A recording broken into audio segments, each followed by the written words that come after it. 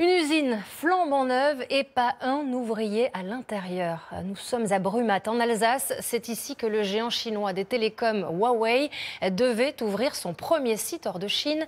Mais à quelques semaines de sa mise en service, l'équipementier ne répond plus. Le site est à l'abandon. Pour rappel, 300 millions d'euros ont été investis pour une promesse de 300 emplois. Sur place ce matin, Léo Fleurance et Eric Schings. 52 000 mètres carrés. 4 énormes bâtiments, entièrement vides, qui devaient accueillir plus de 300 ouvriers. Pourtant, à quelques mois du lancement de la production, Huawei ne répond plus. Pour cette boulangerie installée à 500 mètres, c'est la promesse d'une nouvelle clientèle qui s'échappe. Oui, on s'attendait à beaucoup de monde, beaucoup de personnel embauché, c'est ce qu'il disait. Maintenant, c'est vrai que d'après ce qu'on a entendu, pas d'ouverture pour fin d'année. Je pense que beaucoup de gens cherchent du travail et ça aurait été une belle opportunité pour eux, quoi. Un projet titanesque, 300 millions d'euros investis, puis rien. Pourtant, cette usine devait être la première en dehors du territoire chinois.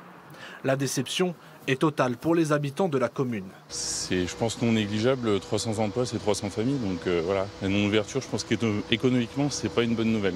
Est-ce que c'est politique? Est-ce que c'est lié au fait que Huawei ne peut plus vendre ses antennes en Europe? Personne ne le sait. Et la seule chose qui me fait plaisir, c'est de voir qu'il n'y a pas eu de subvention de versée. Toutes les subventions publiques ont bien été annulées à mesure que le doute autour du projet s'épaississait.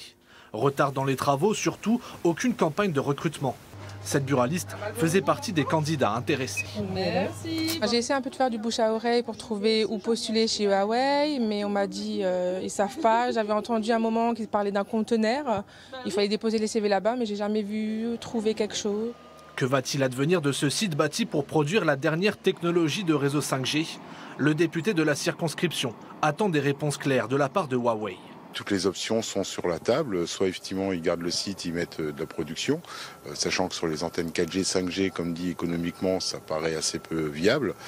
Sinon la possibilité, éventuellement la cession du site. L'avenir de Huawei en Europe est incertain. Soupçonné d'être un espion au service du régime chinois par les élus d'opposition de la région, c'est peut-être son installation près d'un centre de renseignement militaire qui pourrait avoir raison de son site français.